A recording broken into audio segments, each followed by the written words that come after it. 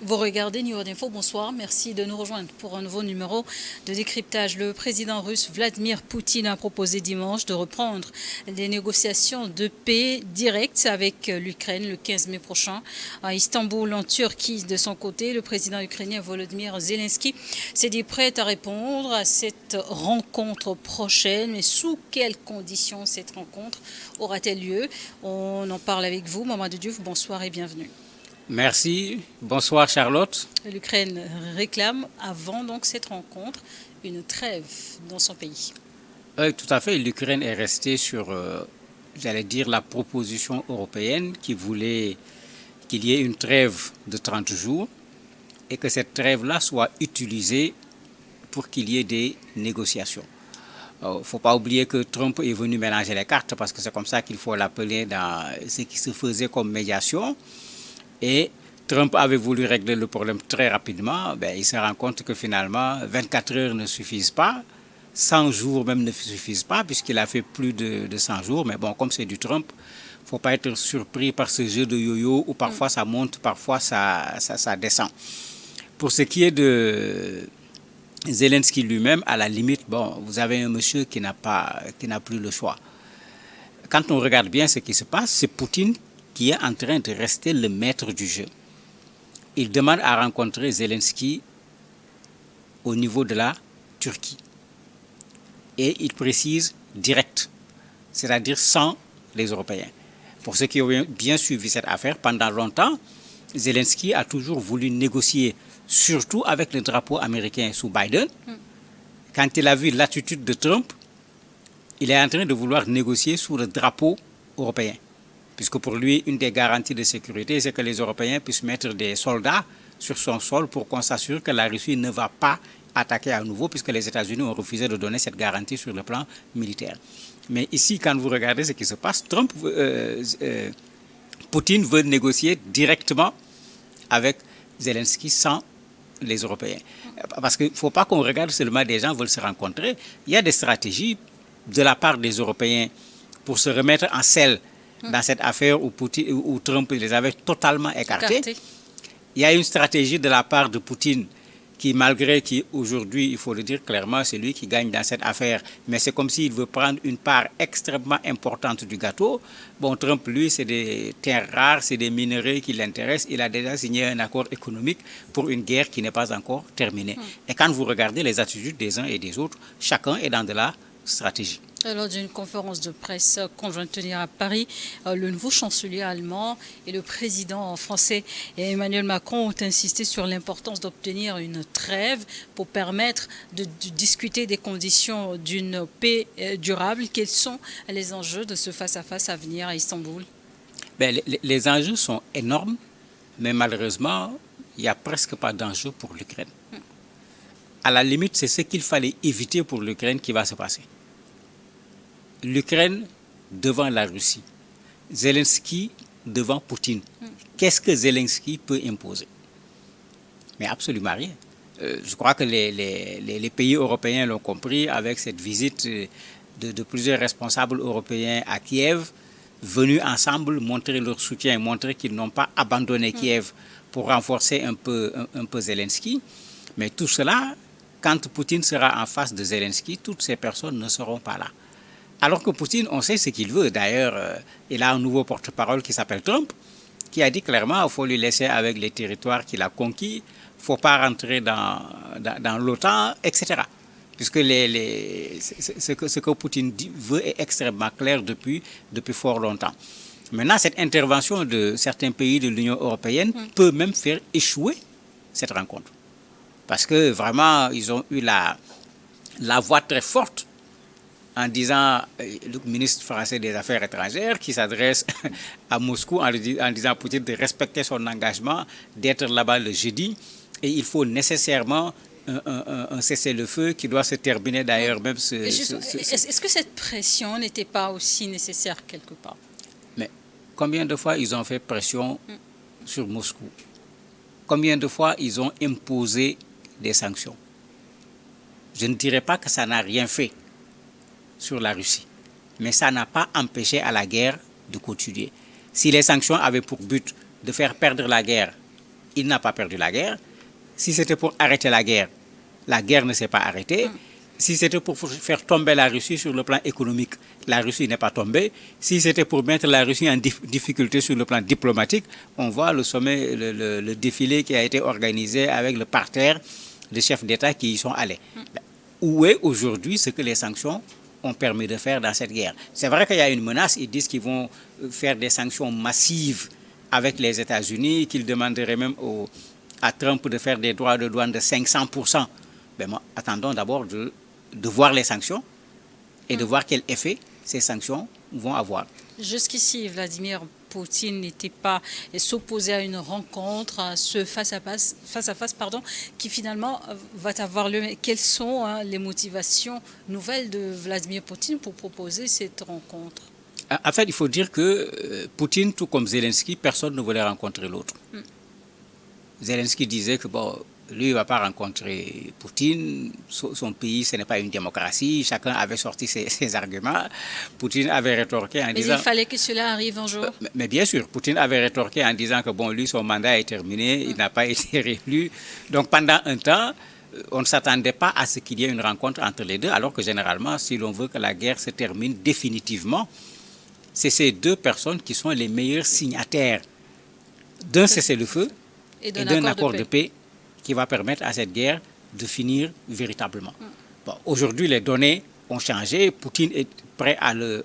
Mais Poutine avait dit qu'il est prêt à le rencontrer ou à le faire rencontrer avec une personne. Parce qu'il y avait cette nuance quand il parlait. Zelensky, lui, a... Justement, quels pourraient être les obstacles à la tenue de ces nouvelles négociations? Un des obstacles, c'est cette façon de faire pression sur Poutine, qui peut l'amener à dire aux gens, mais vous ne me faites pas peur, puisque vous avez dit que je dois être là-bas jeudi obligatoirement. Soit il leur dit, je n'y vais pas, soit on est là jeudi, on attend, Zelensky est là-bas à Istanbul, il attend et Poutine n'arrive pas. Et je crois que c'est un peu ce côté-là qu'il fallait éviter. C'est vrai que les Européens avaient besoin de se relancer dans cette affaire où Trump les a complètement effacés pendant un moment, mais qu'ils fassent attention. C'est avec les États-Unis qu'ils avaient combattu la Russie. C'est Trump qui est venu les laisser tomber, aller directement prendre contact avec Poutine. Donc rien ne garantit que ces sanctions qu'ils disent qu'ils vont prendre avec les Américains, on ne serait pas surpris de voir Trump changer d'avis encore, parce que sur ce plan-là, c'est un véritable professionnel, tout le monde le connaît, avec ses volte-face à ne pas finir. Mais c'est pour l'Ukraine qu'il y a un sérieux problème. Parce que Zelensky a très bien compris que l'Ukraine n'a jamais fait le poids devant la Russie. Et l'Ukraine ne risque pas de faire le poids devant la Russie. Et c'est à lui, effectivement, de pousser les Européens, d'insister de son côté pour que pendant les négociations, que l'Ukraine puisse ne serait-ce que récolter quelque chose.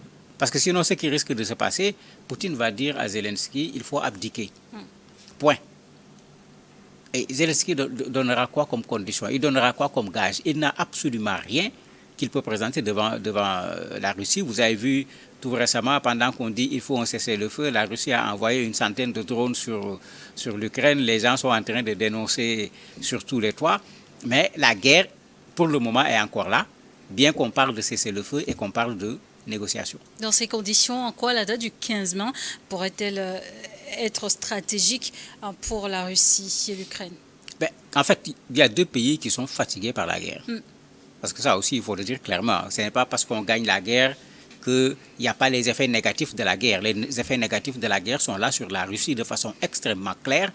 On a vu nos ressortissants togolais, sénégalais qu'on a pris sur le front, qui étaient des étudiants partis en Russie pour étudier. Si ces gens se retrouvent au front, c'est parce que la Russie rencontre des problèmes dans ce front, même s'ils gagnent.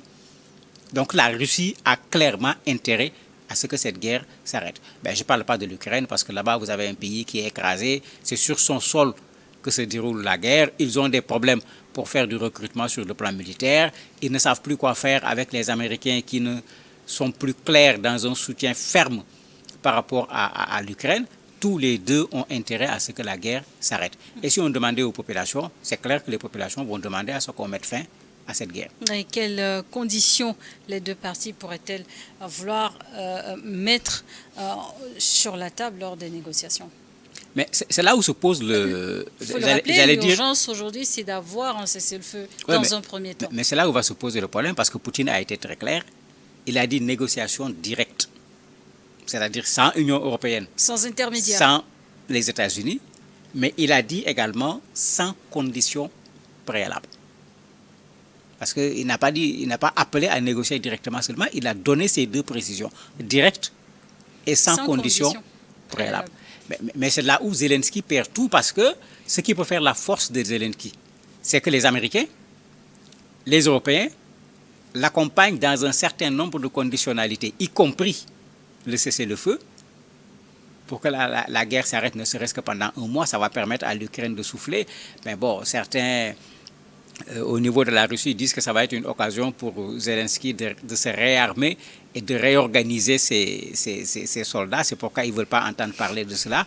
Eux, ils veulent qu'on aille vers une solution définitive, une bonne fois pour toutes. Donc, comme je le disais au départ, ce n'est pas seulement vers des négociations qu'on va, mais chacun est en train de dérouler sa stratégie pour qu'à l'issue de cette rencontre, qu'on puisse tirer la couverture de son côté. Et si cette rencontre venait à avoir lieu, quel impact cela peut avoir sur la dynamique du conflit et sur la situation actuelle sur le terrain? Mais ce serait quelque chose d'intéressant, parce que si je ne me trompe pas, c'est en Turquie qu'il y avait eu la rencontre, je crois que c'était en mars 2022, si ma mémoire ne me trompe pas.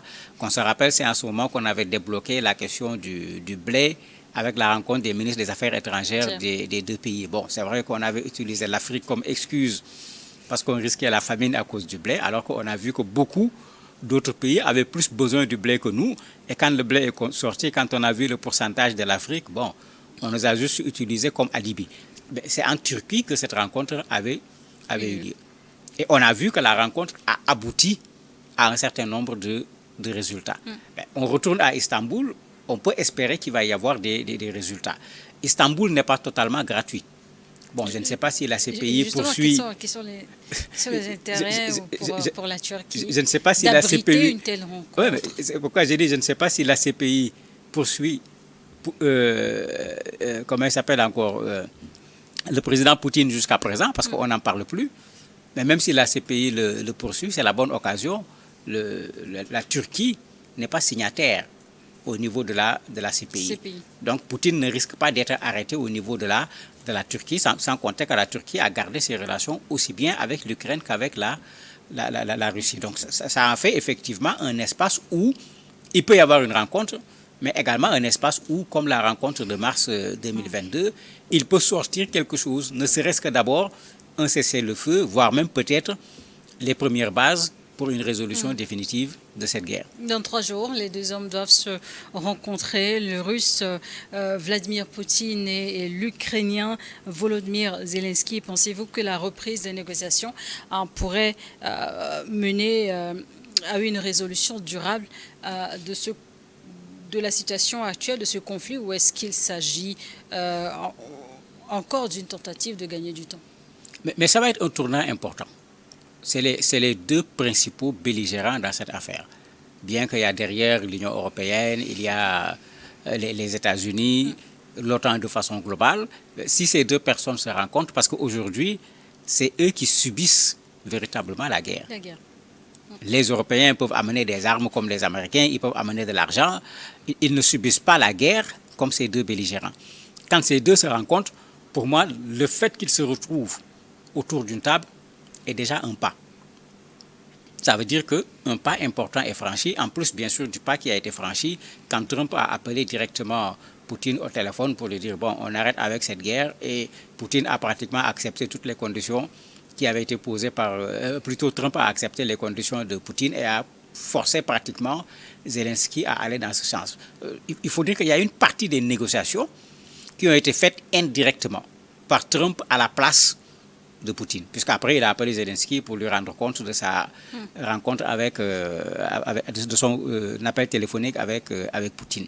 Le problème, c'est les Européens aujourd'hui qui, en plus de vouloir reprendre leur place, ne veulent pas que cette guerre se termine comme ça, parce que finalement, si la guerre se termine d'une certaine façon, mais tous les journaux vont titrer tout ça pour ça. C'est-à-dire, où est tout l'argent qu'on a englouti? Où sont toutes les armes qui ont été données?